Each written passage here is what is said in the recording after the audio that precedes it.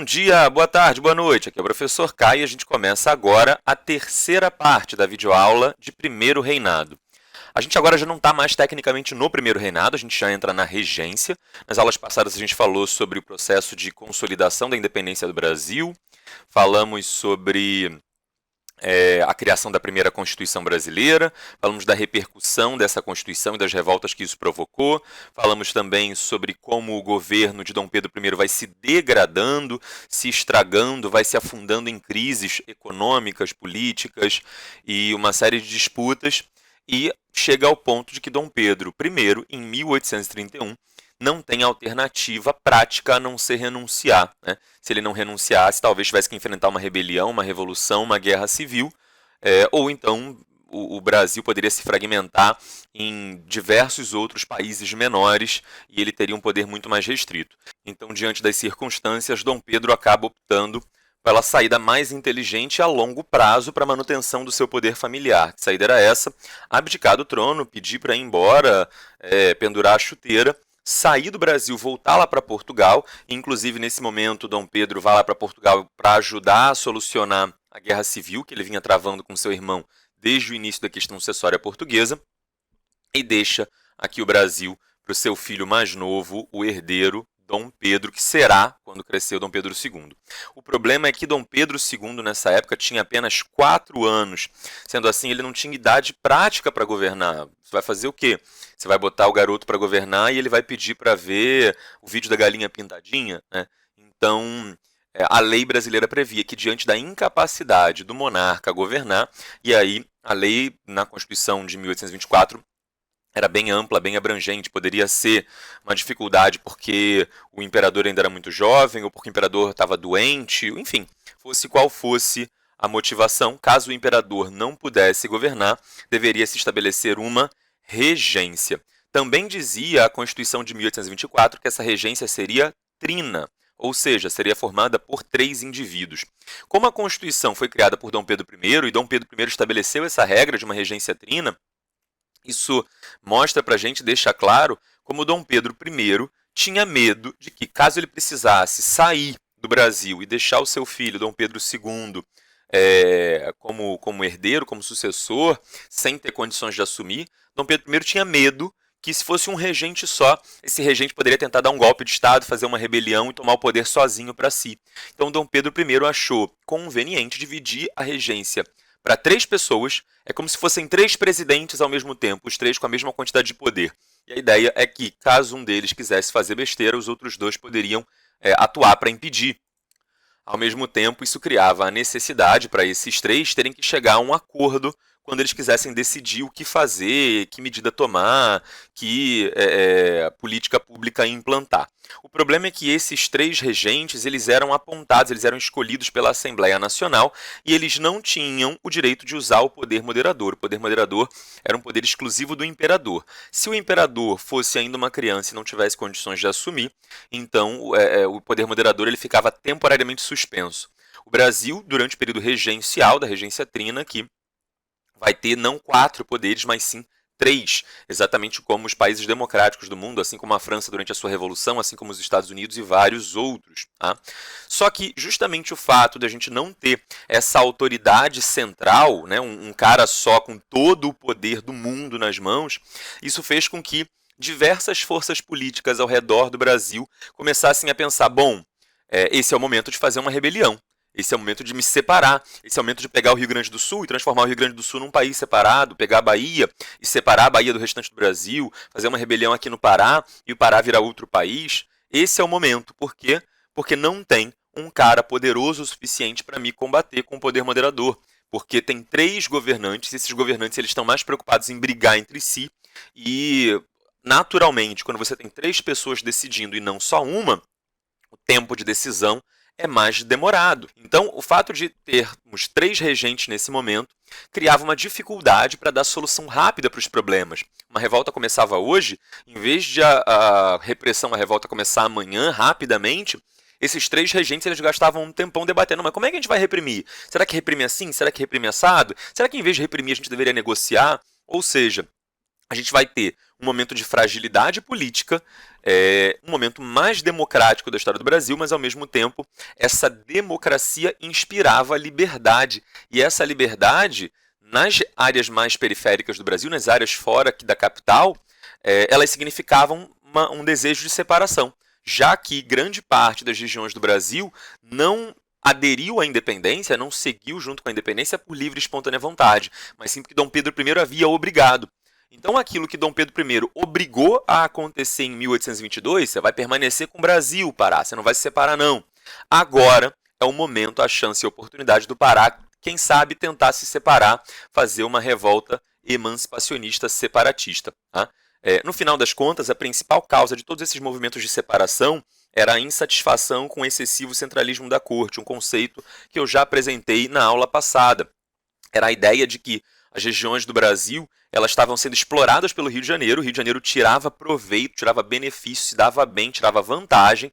O Rio de Janeiro cobrava impostos do Pará, do Maranhão, da Bahia, do Ceará e sei lá mais aonde.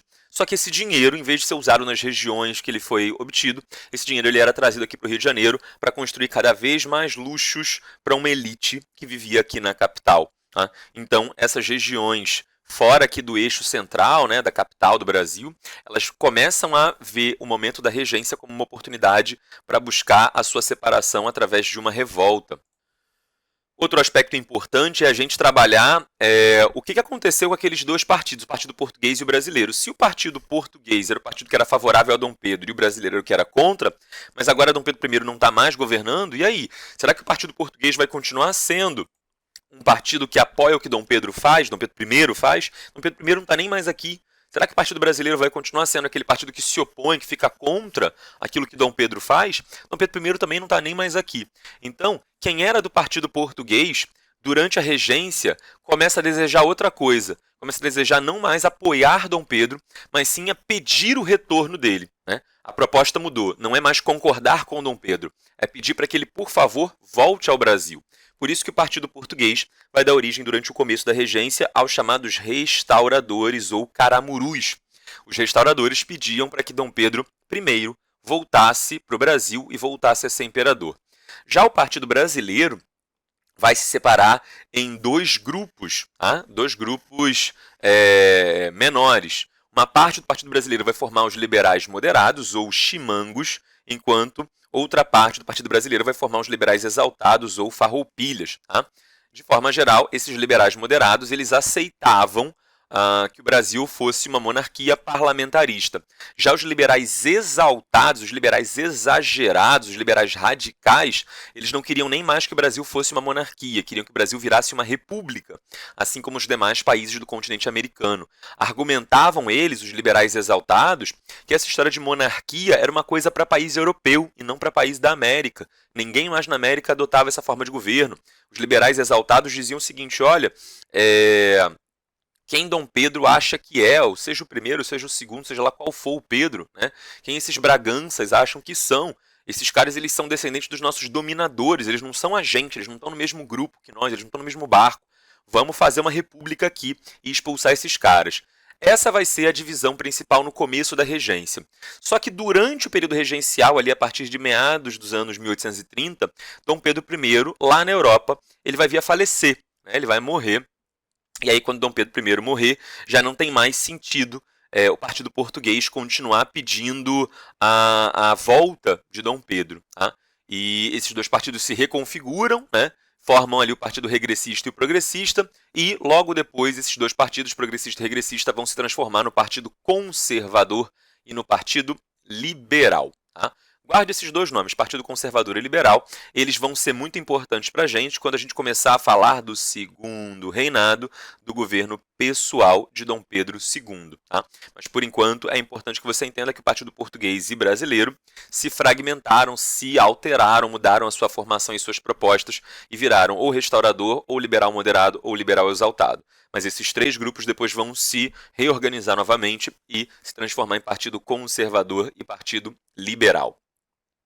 Outro ponto muito importante que a gente já mencionou no primeiro slide da aula de hoje é que durante o período regencial a gente vai ter a ocorrência de uma série de revoltas. São as chamadas revoltas regenciais. A gente tem 3 momentos da história do Brasil em que a gente vai ter um monte de revolta acontecendo no país ao mesmo tempo, quase ao mesmo tempo. Esses momentos vão ser as revoltas coloniais, e aí dentre as revoltas coloniais a gente tem aquelas lá atrás, Revolta de Beckman, Guerra dos Mascates, Guerra dos Emboabas, Revolta de Filipe dos Santos, depois Inconfidência Mineira, Conjuração Baiana, Revolução Pernambucana de 1817. A gente vai ter um segundo bloco de revoltas na história brasileira, que são as revoltas regenciais, que são principalmente essas que estão na tabela aqui na sua frente. Se você quiser anotar, recomendo que você pause, eu vou falar muito rapidinho sobre cada uma delas. Não vou ficar detalhando cada uma, né, nos seus aspectos mais particulares, porque não acho nem tão necessário, nem tão útil assim. Se você souber uma característica importante de cada uma, já é suficiente.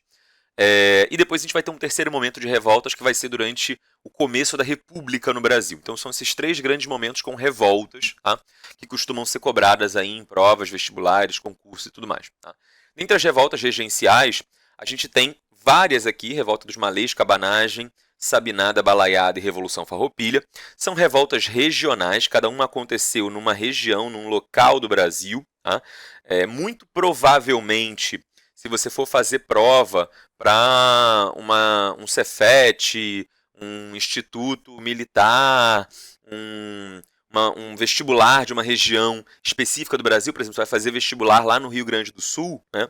Muito provavelmente, ou Cefet lá no Rio Grande do Sul, muito provavelmente vão cobrar de você a Revolução Farroupilha, porque a Revolução Farroupilha aconteceu lá no Rio Grande do Sul, mas dificilmente vão te cobrar a cabanagem. No entanto, se você for fazer uma prova, um exame, prestar um concurso lá no Pará e cair essa matéria de história, é muito mais provável que lá no Pará eles te cobrem a cabanagem e não a Revolução Farroupilha. Tá? Então tem revoltas, né, acontecendo em várias regiões do Brasil simultaneamente, em geral Norte e Nordeste e uma importante no Sul, tá? E essas revoltas vão ser cobradas em geral conforme a região em que você esteja fazendo a prova ou exame. Tá?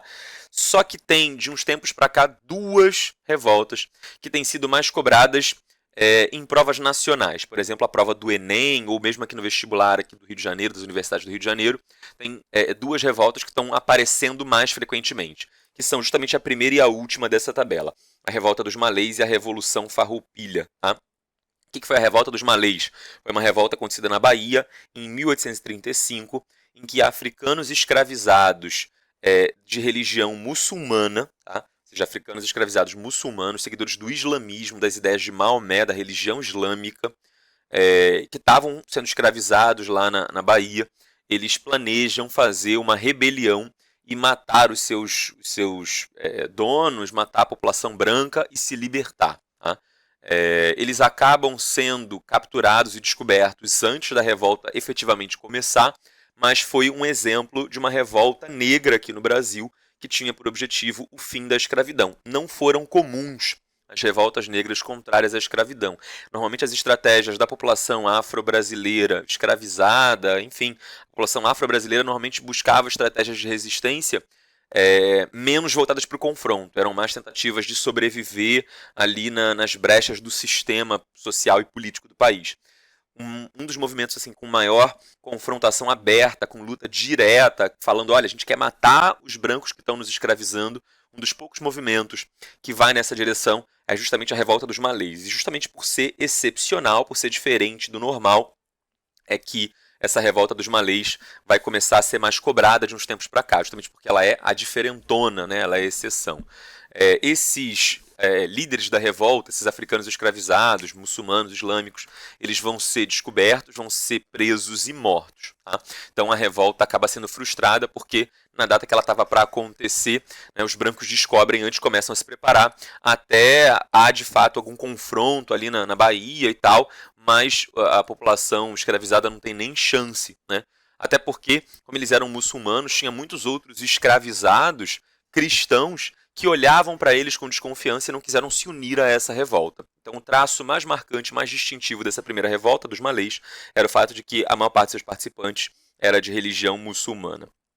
Já a segunda revolta aqui é a cabanagem no Pará, que vai ser um pouquinho mais duradoura, mais prolongada, vai se estender por alguns anos, com batalhas e com conflitos, em que a gente vai ter o envolvimento de população negra, indígena e mestiços. Negros aqui eu estou falando de escravizados ou não escravizados, libertos também. Tá? Os indígenas e os mestiços, que eram uma população decorrente da mistura de negro com branco, de índio com negro, e eles propunham, em geral, o fim da escravidão e a distribuição de terras. Tá? Justamente porque era uma revolta promovida pelas camadas populares, as propostas aqui estão associadas à melhoria da qualidade de vida dessa população das classes mais populares. Tá? Mais uma vez, o governo reprime com bastante violência. A gente vai ter um grande número de mortos, tá? Fala-se até em 40 mil mortos na cabanagem. As estatísticas variam muito, é muito difícil fazer essa contagem, mas houve uma repressão muito violenta, além da prisão de alguns dos líderes.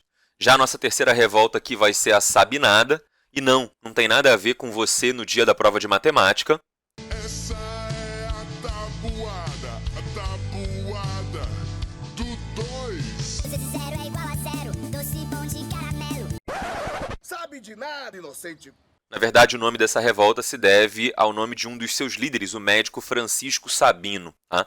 Em geral, a Sabinada vai acontecer ali na Bahia entre o final de 1837 e o começo de 1838, vai durar alguns poucos meses, e vai ter a participação de camadas médias, a chamada classe média, tá? Além de integrantes do exército e alguns fazendeiros. A ideia da Sabinada é que a Bahia se separasse do restante do Brasil, formasse um país independente, que seria uma república, que adotaria a forma de governo republicana, até a maioridade de Dom Pedro. E aí, então, quando Dom Pedro II virasse imperador maior de idade, a Bahia poderia pensar em voltar a se unir ao restante do Brasil. É tipo aquela história de casal que fala assim, a gente não está terminando, a gente está só dando um tempo. A gente sabe que na prática está acabando. Tá? Então, o governo brasileiro, sabendo que muito provavelmente, se a Bahia se separasse, nunca mais voltaria a se unir ao restante do Brasil, o governo brasileiro, né, se preocupou em fazer a repressão, a prisão, além de expulsar do país alguns dos líderes condenados. Tá? Então, a Sabinada vai ter como característica marcante o fato de ser uma revolta ali das classes médias. Além disso, a gente vai ter a Balaiada. A Balaiada vai acontecer no Maranhão, final já da regência, tá? Vai se estender ali até 1841. E o grande objetivo da Balaiada era a luta contra as condições de vida muito ruins ali das camadas populares. Eram pessoas das camadas populares, principalmente artesãos. Eram artesãos que faziam cestos de vime, chamados de balaios, além de peões, né? Pessoas ali que trabalhavam na criação de gado, pessoas que trabalhavam em grandes fazendas criando gado, e população pobre em geral, que estão ali lutando contra a miséria, contra a escravidão, contra as péssimas condições de vida no Maranhão. Mais uma vez, na Balaiada, a gente vai perceber que o desfecho desse movimento é a repressão por parte das forças do governo, e um ponto muito importante é que essa repressão das forças do governo foi feita por um militar brasileiro chamado Luiz Alves de Lima e Silva. Você talvez já tenha ouvido falar sobre ele, mas não com esse nome. É porque o Luiz Alves de Lima e Silva ele comandou as tropas brasileiras ali no Maranhão que massacraram os revoltosos numa batalha muito importante chamada Batalha de Caxias, porque aconteceu numa região do Maranhão chamada Caxias. Esse militar brasileiro, ele quando termina de destruir ali os inimigos do governo, ele volta aqui para a capital, ele recebe um título de nobreza de barão de Caxias e ao longo da sua vida ele vai subindo de nível ali e de barão ele vai se tornando visconde, conde, até virar o duque de Caxias. Em homenagem a ele, foi criada aqui no Rio de Janeiro, no estado do Rio de Janeiro, uma cidade na região da Baixada Fluminense, um município chamado Duque de Caxias. Tá? A gente percebe aí então essa tendência do governo brasileiro de presentear, de prestigiar e beneficiar pessoas cuja conduta é matar, trucidar pessoas mais pobres, pessoas mais simples que estão lutando por melhorias de condição de vida. Tá? A última grande revolta, e essa é bastante cobrada em tudo que é prova, Brasil afora, muito lá no Sul, aqui no Rio de Janeiro também se cobra, em São Paulo também é muito costume cobrar, talvez não se cobre tanto essa última lá no Nordeste, mas aqui no Rio de Janeiro, ela é bastante cobrada, que é a Revolução Farroupilha. Tá? O que é a Revolução Farroupilha? A Revolução Farroupilha é o nome mais formal da chamada Guerra dos Farrapos. Lembrando aí que os farroupilhas, né, daquela divisão partidária que vai acontecer durante o período regencial, os farroupilhas eram aqueles liberais mais radicais, com tendências republicanas, que desejavam maior liberdade, maior independência. Essa revolta vai acontecer de 1835 a 1845, é uma das mais longas, vai durar aí uma década. E embora a regência tenha acabado em 1840 e Dom Pedro II tenha assumido o poder em 1840, os gaúchos vão continuar, vão manter a sua revolta por mais 5 anos já dentro do governo de Dom Pedro II. Eles realmente pretendiam formar um país separado ali no Rio Grande do Sul e depois em Santa Catarina. Tá? Quem comandou essa última revolta, e por isso essa revolta é tão diferente de todas as demais, foram os estancieiros gaúchos. Estancieiro é um nome bonito para falar latifundiário, para falar de oligarquia, para falar de grande fazendeiro. As estâncias lá do Rio Grande do Sul eram grandes fazendas de criação de gado. Nessas fazendas lá do Sul criava-se gado. O gado era o principal produto de exportação ali dos gaúchos. Eles vendiam a carne do seu gado para o Brasil inteiro e essa carne era, em geral, usada para a base da alimentação dos escravos. Só que a gente está falando de uma época em que não tinha geladeira, tá? Então, normalmente, para preservar a carne por muito tempo, para você tirar a carne lá do Rio Grande do Sul e levar ela até o norte, o nordeste, o centro-oeste, você tinha que fazer alguma técnica de preservação da carne, tá? Em geral, fazia-se ali a chamada carne de sol. Você deixava a carne secar ao sol com muito sal, a carne desidratava e a carne desidratada poderia ser transportada mais facilmente com menos risco de estragar. Essa carne de sol, completamente ressecada ali, salgada, né, ela é chamada de charque. Um dos grandes motivos da revolta, da Revolução Farroupilha lá no Rio Grande do Sul, era a insatisfação com os altos impostos cobrados sobre o charque. Tá? O grande problema da elite gaúcha é que eles produziam esse charque para vender, só que eles tinham que pagar impostos muito altos, tá, sobre esse produto. Isso reduzia os seus lucros. Além disso, países vizinhos ao Rio Grande do Sul, como a Argentina e o Uruguai, o recém-independente Uruguai, produziam charque também, só que o preço do charque que eles produziam era mais barato que o preço do charque brasileiro. Então os gaúchos queriam duas coisas. Primeiro, eles queriam que o governo estabelecesse medidas de protecionismo alfandegário, ou seja, que o governo brasileiro cobrasse impostos altos do produto estrangeiro, para que o produto estrangeiro ficasse mais caro e ninguém no restante do Brasil comprasse o produto vindo do exterior.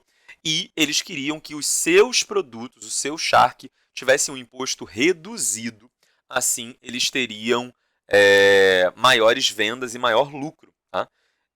E para conseguir essas coisas todas, eles queriam também uma certa autonomia provincial, ou seja, a ideia de que cada província, cada região do Brasil poderia estabelecer os seus próprios impostos, né, o seu próprio nível de impostos, que produto pagaria ou não pagaria imposto. Enfim, eles queriam maior liberdade local, algo próximo do federalismo. Tá? Essa revolta vai durar muito tempo. A gente está falando de fazendeiros ricos que tinham grana para montar exércitos. Eles montaram exércitos grandiosos e por isso eles deram muito trabalho para o governo brasileiro. O nosso Barão de Caxias, que tinha acabado de vir lá do Maranhão, massacrando a população pobre, é enviado para o Rio Grande do Sul para combater a rebelião gaúcha. E a coisa está meio que num impasse, está meio que empatado, até que Dom Pedro II começa a dizer, olha, vamos fazer o seguinte então, vamos negociar. Né?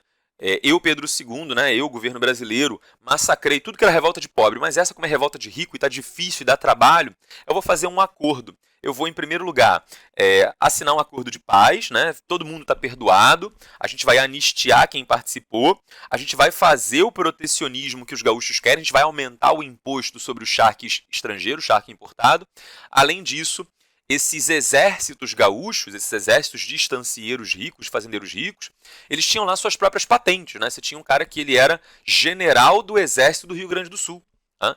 E aí esse cara ele ia ser incorporado ao exército brasileiro com a patente de general também, ganhando o mesmo salário.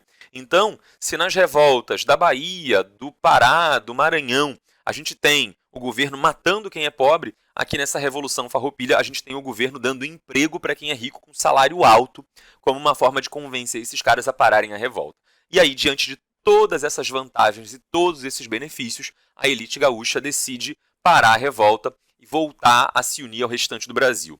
No entanto, a gente sabe que até os dias de hoje, século XXI, 2020, né, o ano que eu estou gravando esse vídeo, ainda existe movimento lá no sul do Brasil pelo separatismo, pela secessão, pela separação do Rio Grande do Sul em relação ao restante do Brasil. Embora esse movimento ele esteja propondo algo que é ilegal e que, pela lei brasileira atual, não pode acontecer, esse movimento ainda tem alguma repercussão lá no sul do Brasil e eles se inspiram teoricamente na Revolução Farroupilha para defender que o Rio Grande do Sul se separe e forme um novo país separado até hoje, tá? Até os dias de hoje, século XXI. Tá? Essas são as principais revoltas da regência, mas não são as únicas. A respeito da revolta dos malês ocorrida na cidade de Salvador em 1835, é correto afirmar que ela foi um movimento liderado por, a gente sabe que o ponto mais importante dessa revolta dos malês é o fato de ter a participação de pessoas de origem africana, muçulmana. A opção que fala sobre isso é a letra B, e esse será o nosso gabarito, segundo a Universidade Federal do Rio Grande do Sul. Tá aí uma questão do Rio Grande do Sul, mas que mesmo assim cobra a revolta dos malês, justamente porque a revolta dos malês, sendo uma revolta de escravos excepcional, fora do normal, ela tem sido mais cobrada nos últimos tempos. Tá? Além disso, diante de todas essas revoltas, durante a regência vai ser criada a chamada Guarda Nacional. O grande objetivo da Guarda Nacional era combater essas revoltas que vinham acontecendo, proteger o governo da regência e manter a integridade territorial do Brasil. Como assim manter a integridade territorial do Brasil? Era evitar que os vários estados do Brasil se separassem e formassem novos países. A Guarda Nacional era tipo um exército além do exército. Só que o exército brasileiro, em geral, ele se dedica a lutar no exterior. O exército brasileiro luta lá na Guerra da Cisplatina, vai lutar na Guerra do Paraguai, luta contra países inimigos. Tá? Para o combate interno aqui dentro do Brasil, não era adequado, na visão da regência, usar o exército. Então, a regência vai criar uma nova força militar, que não é nem exército e nem marinha. Essa força militar era chamada de Guarda Nacional. Para fazer parte da Guarda Nacional, o sujeito tinha que ser eleitor. Só que você já sabe que o sistema eleitoral estabelecido na Constituição de 1824 estabelecia o voto censitário, ou seja, só vota quem é rico. Então, para fazer parte da Guarda Nacional, só os ricos podem fazer. Eu estou falando, então, que a Guarda Nacional é uma força militar dos ricos, da elite brasileira, tá? Em que a patente do sujeito, ou seja, o nível que ele ia ter dentro da Guarda Nacional, não era baseado no seu talento, na sua habilidade, na sua meritocracia, mas sim na sua renda. Quem é mais rico tem patente mais alta. Em geral, a patente mais alta era a patente de coronel. Tá? Vai surgir no Brasil, durante o período da regência, o hábito, o costume de chamar os nossos grandes fazendeiros do interior, o cara que era o mais rico da cidade, que tinha a maior fazenda da cidade, ele vai passar a ser chamado de coronel da cidade. Porque ali naquela cidade, do interior, aquele fazendeiro, ele era o cara que tinha a patente mais alta e ele comandava a Guarda Nacional naquela cidade. Na prática, o que esses grandes fazendeiros vão fazer é usar a Guarda Nacional, é usar essa força militar sob seu comando para combater grupos populares, para, por exemplo, capturar escravos fugidos, para combater possíveis revoltas de escravizados, para manter os pobres, entre aspas, no seu devido lugar, para manter os pobres na pobreza e preservar a sua própria riqueza pessoal. Acaba que a Guarda Nacional deixa de ser uma força para preservar o Brasil e passa a ser uma força para preservar os privilégios da elite do Brasil.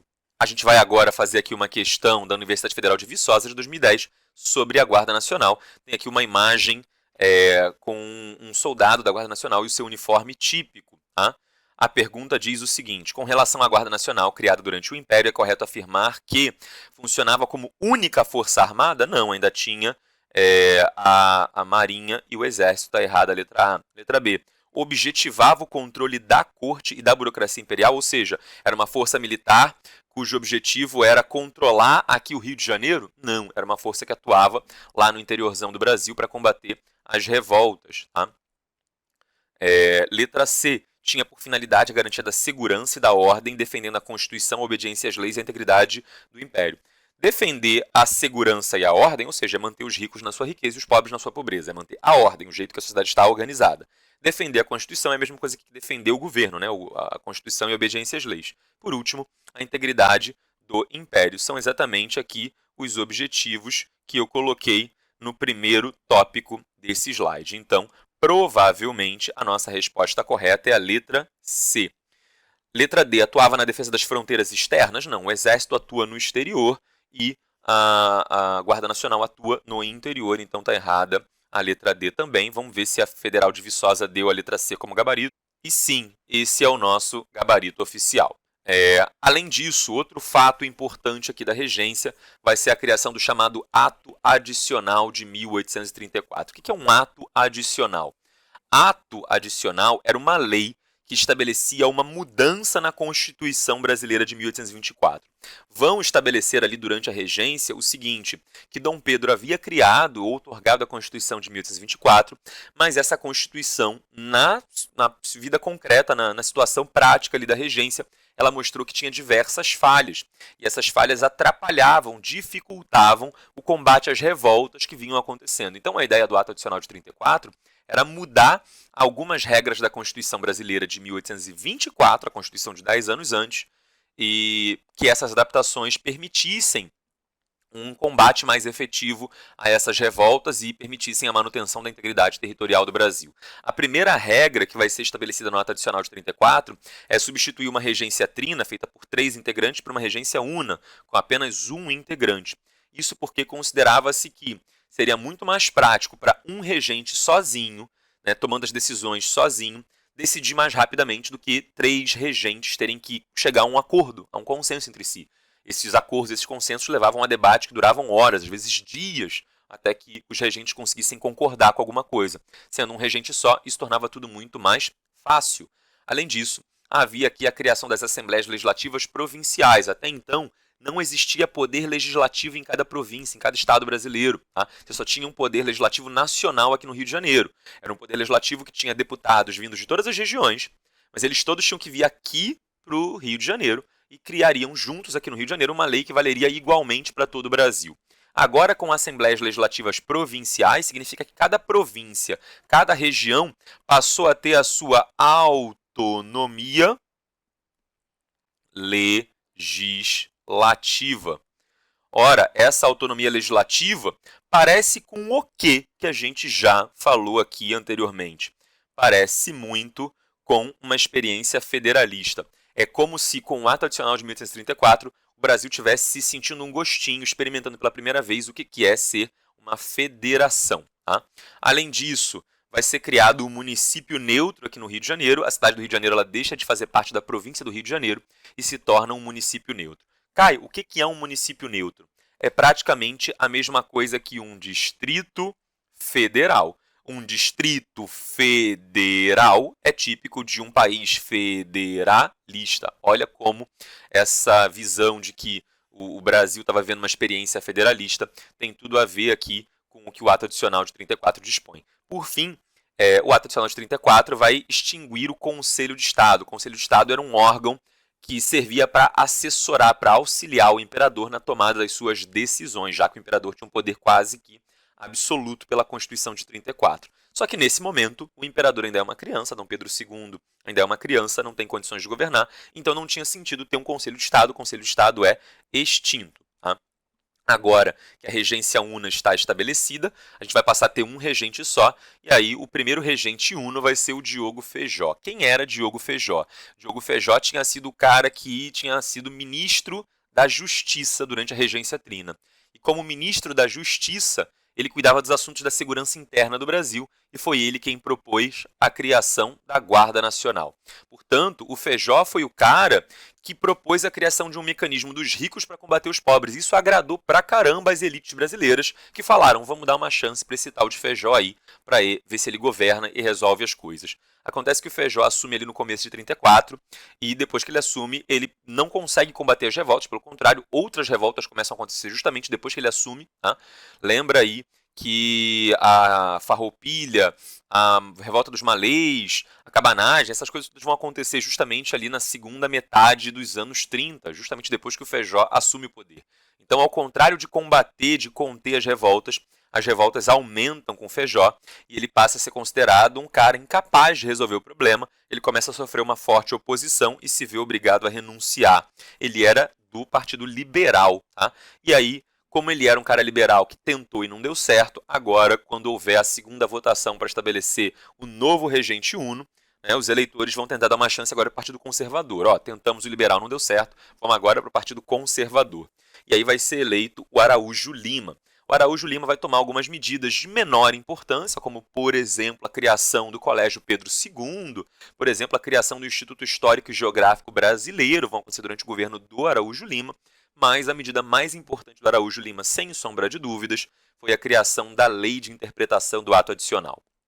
Em 1834 é criado o Ato Adicional, em 1938, com o Araújo Lima, é criada uma lei que muda a interpretação do Ato Adicional. O Ato Adicional criava quase que um federalismo no Brasil, um federalismo na prática. Embora na lei, em nenhum lugar, a palavra federalismo aparecesse escrita, na prática, as pessoas percebiam que as características do governo brasileiro com o Ato Adicional de 34 eram similares às características típicas do federalismo. O Araújo Lima, como conservador, ele era favorável à centralização do poder. O federalismo, ele distribui o poder. Cada estado, cada região pega um pedacinho do poder para si. Isso gera uma descentralização do poder, uma distribuição do poder. Os conservadores, em geral, são favoráveis ao oposto disso, a concentração do poder, a um cara só ter o poder todo sozinho, só para ele. O Araújo Lima, como bom conservador, vai promover a criação da Lei de Interpretação do Ato Adicional, e essa lei fazia justamente isso, ela aumentava a centralização, ela diminuía as liberdades que haviam sido criadas ali com o Ato Adicional de 1834. Só que agora, os liberais que estão fora do poder, ali entre 38 e 39, os liberais começam a ficar muito insatisfeitos, pensando como é que a gente pode fazer para voltar ao poder. O tal do Araújo Lima, ele meio que estava conseguindo combater algumas das revoltas, contê-las. E na cabeça dos liberais eles começaram a pensar assim, ferrou pra gente, porque se esse Araújo Lima fizer um bom governo, as pessoas vão continuar votando nele para sempre. A gente tem que dar então um jeito de nós, liberais, conseguirmos voltar ao poder. E aí os liberais vão articular o chamado golpe da maioridade. O golpe da maioridade, né? E eu vou ler aqui essa tirinha, essa frase da época, essa quadrinha da época, que simboliza muito o que o golpe da maioridade propunha. Estabelecia, tinha uma frase lá na época, um versinho na época que dizia: queremos Pedro II, ainda que não tenha idade. A nação dispensa a lei e viva a maioridade. A ideia era fazer com que Dom Pedro fosse considerado adulto com 14 anos. Tá? Com 14 anos, ele teria todos os direitos que uma pessoa de 18, por exemplo, maior de idade, teria. Então, isso fazia com que, se Dom Pedro II se tornasse adulto com 14, ele poderia virar imperador com 14. E qual era o objetivo de dar o poder para Dom Pedro II logo aos 14 anos? Era restaurar a estabilidade política do Brasil. Como assim? Lembra que eu falei no começo aqui da regência que o fato de não ter ninguém com o poder moderador na mão, o fato de não ter ninguém com todo o poder para si, para fazer a repressão violenta desses movimentos, foi o que criou a chance, a possibilidade de que várias regiões do Brasil se revoltassem? A ideia, então, era trazer de volta o poder moderador. Mas, pela Constituição, não era possível dar o poder moderador para nenhum regente. Então, o poder moderador era considerado o fator, o elemento, que permitiria combater todas as revoltas do Brasil, porque daria muito poder na mão de um cara só, para ele se tornar um baita de um ditador, um cara autoritário e comandar tudo. Só que não dava para dar esse poder moderador nas mãos de um regente. Era necessário que um imperador tivesse esse poder. Dom Pedro I nessa época já estava morto, não dava nem para pedir para ele voltar. Dom Pedro II ainda tinha 14 anos e aí na cabeça de muita gente era assim, poxa, complicado, a gente vai ter que esperar vários anos ainda até que o poder moderador possa ser restaurado no Brasil. E aí isso gerava a preocupação e o medo de que novas revoltas pudessem continuar ocorrendo. Então a ideia era que Dom Pedro II fosse considerado um adulto para todos os efeitos já com 14 anos. Assim ele poderia virar imperador do Brasil, exercer o poder e o segundo reinado começaria e a regência, né, se encerraria, as revoltas se encerrariam junto com ela. Tá? Só que tinha que perguntar primeiro para Dom Pedro. Tá? E aí, Pedro, você quer ser imperador agora, com 14 anos? E Dom Pedro, quando perguntado, né, por políticos ali do Partido Liberal, teria respondido: quero já. A ideia dos liberais é que, agradando Dom Pedro II, puxando o saco de Dom Pedro II, Dom Pedro II se sentiria grato a eles liberais. E assim que ele, Pedro II, assumisse o poder, ele convocaria políticos do Partido Liberal para fazer parte do governo, para exercer os ministérios. Assim, os liberais poderiam voltar ao poder, tirando os conservadores, sem precisar, sem depender de votação de eleição. Tá? E é mais ou menos isso que realmente vai acontecer. Vamos fazer uma questãozinha aqui para a gente encerrar o período regencial. a maioridade do príncipe Pedro II foi antecipada em 1840 para que ele pudesse assumir o trono brasileiro. Entre os objetivos do chamado golpe da maioridade, podemos citar o esforço de obter apoio das oligarquias regionais insatisfeitas com a centralização política ocorrida durante a regência. Não era esse o objetivo. Ampliar a autonomia das províncias e reduzir a interferência do poder central. Pelo contrário, com o poder moderador, o que aconteceria é o oposto disso. Abolir o ato adicional de 34 e aumentar os efeitos federalistas da lei interpretativa do ato. A lei interpretativa do ato, ou a lei de interpretação do ato adicional, diminuía os efeitos federalistas, né? Então, ao abolir o ato adicional, você não aumentava o efeito federalista da lei de interpretação. Pelo contrário, você reduziria isso. Tá? O ato adicional é que estabelecia efeitos federalistas. Então, a letra C ela está toda ao contrário, está toda invertida aqui, está toda trocada. Letra D, promover ampla reforma constitucional de caráter liberal e democrático. Liberal é uma coisa, democrático é outra. Tá? Reagindo ao centralismo da Constituição de 24. Pelo contrário, porque com Dom Pedro II chegando ao poder, Dom Pedro II teria o poder moderador e isso aumentaria o centralismo. Tá? De qualquer forma, o golpe da maioridade não falava nada sobre reforma constitucional. Está errada a letra D também. Letra E. Restabelecer a estabilidade política comprometida durante a regência e conter revoltas de caráter regionalista. Ora, exatamente o que eu coloquei aqui no final, né? O objetivo era restaurar a estabilidade política. Então, é exatamente a letra E a resposta. E esse é o nosso gabarito oficial. Esse sinal me avisa que a aula de hoje chegou ao fim. Por hoje é só. Se tiver dúvidas, mande e não esqueça de lavar muito bem as suas mãos.